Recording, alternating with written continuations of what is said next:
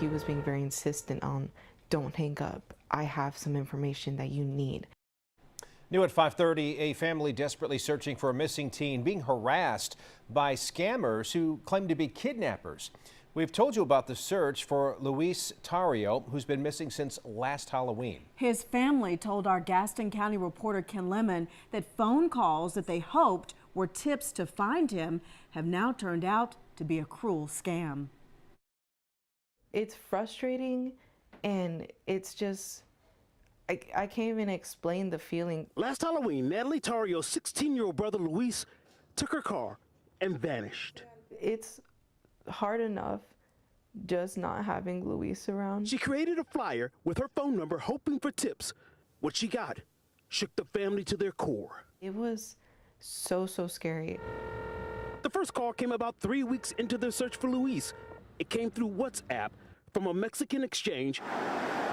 Around midnight, an older man speaking Spanish. He was being very insistent on, don't hang up. I have some information that you need. We have the car. It was like, we have him. The man wanted them to meet nearby, even suggesting a local Walmart. And saying that he's a part of a mafia, and he was wanting money from us. Natalie Tario hung up.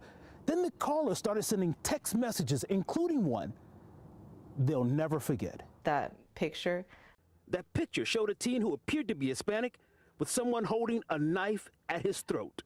It's horrifying, honestly. There was a slight resemblance to her brother, not enough to convince the family it was Luis, but certainly enough to scare them. Just go out there. Especially her mother. She was so frantic the first time that she would have been willing to give the money or go to these locations. They called police and were told it was a scam. Unfortunately, it wasn't the last one. Every time there was a new reward or new attention on the case, back to back, Natalie Tario got more calls. That one.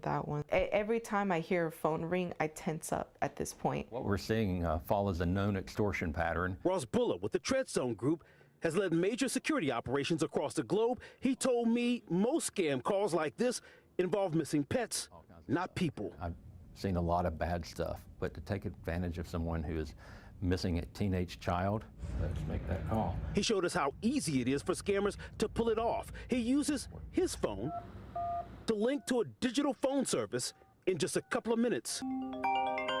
I get a call from a West Virginia number and what sounds like a crowded airport.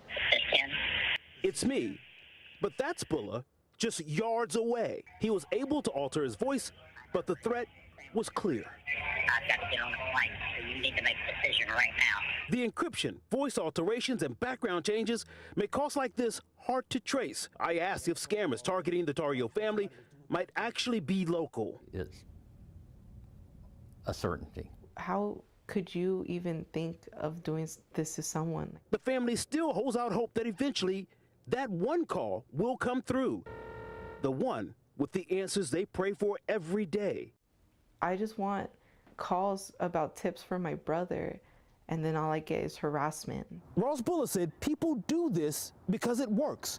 Not always, but often enough to keep the scammers going. He and law enforcement agencies tell us there are some private Facebook groups and websites where folks can go to post about missing people and pets, but scammers can get that information too. They tell us the best option is to route calls through law enforcement agencies or verified search groups.